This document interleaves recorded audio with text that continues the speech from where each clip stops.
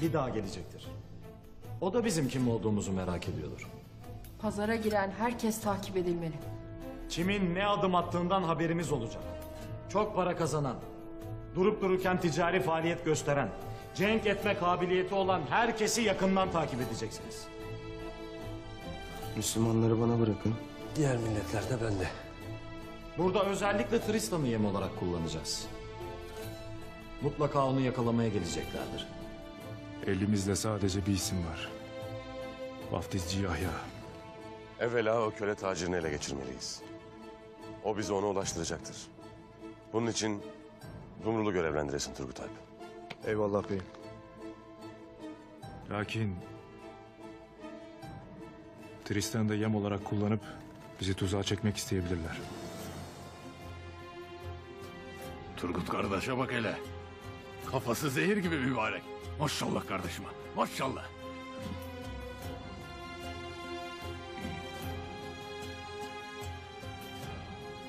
Doğru dersin Turgut Alp. O yüzden karda yürüyüp izini belli etmemeli Dumrul. Sadece bilgi toplamalı. Herkesi takip edeceğiz. Tacirleri, oraya girip çıkan müşterileri, ahaliyi, herkesi. Onlar da bizi takip edeceklerdir. Bakalım yolumuz nerede kesişecek?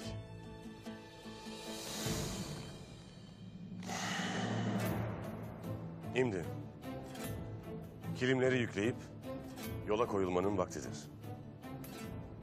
Venedikliler bizi bekler. Eyvallah beyim. Eyvallah beyim.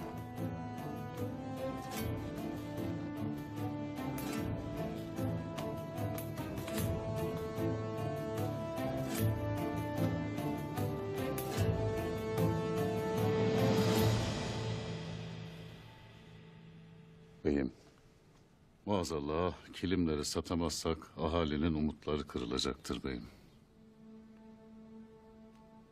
Ne yapıp edip o kilimleri satacağım Artuk Bey. Aksi takdirde obaya dönecek yüzüm olmaz. Eyvallah beyim. Beyim, bir de sizden Haçaturyan'ı dinlemenizi isteyeceğim.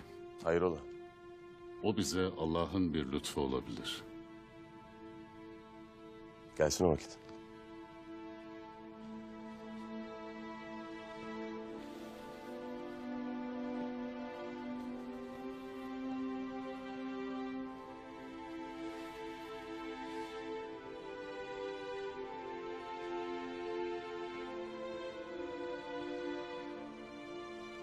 Buyur.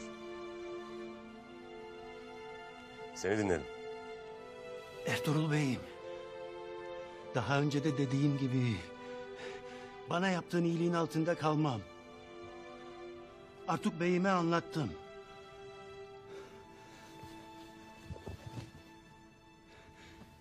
Benim bir planım var.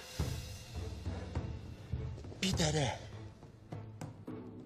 Nehrin tam başında bir top cam.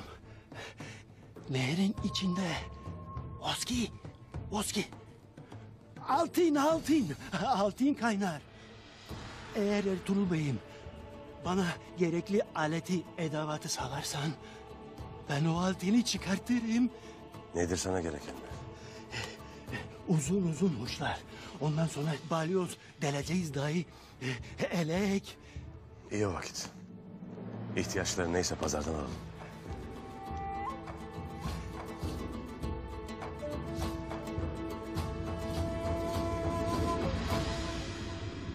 Kilimleri ön tarafa yığın. Venediklileri satılınca taşıması kolay olsun.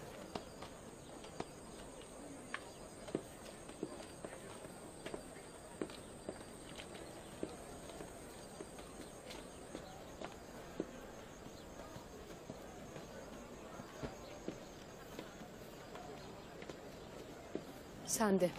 Abim de fazla eminsiniz Venediklilerin malın satılacağı hususunda. Ben Ural Bey'in her işinden eminim. Peki Toktamış'ın haininden de emin misin? Benim için Ural Bey'ime kılıç çeken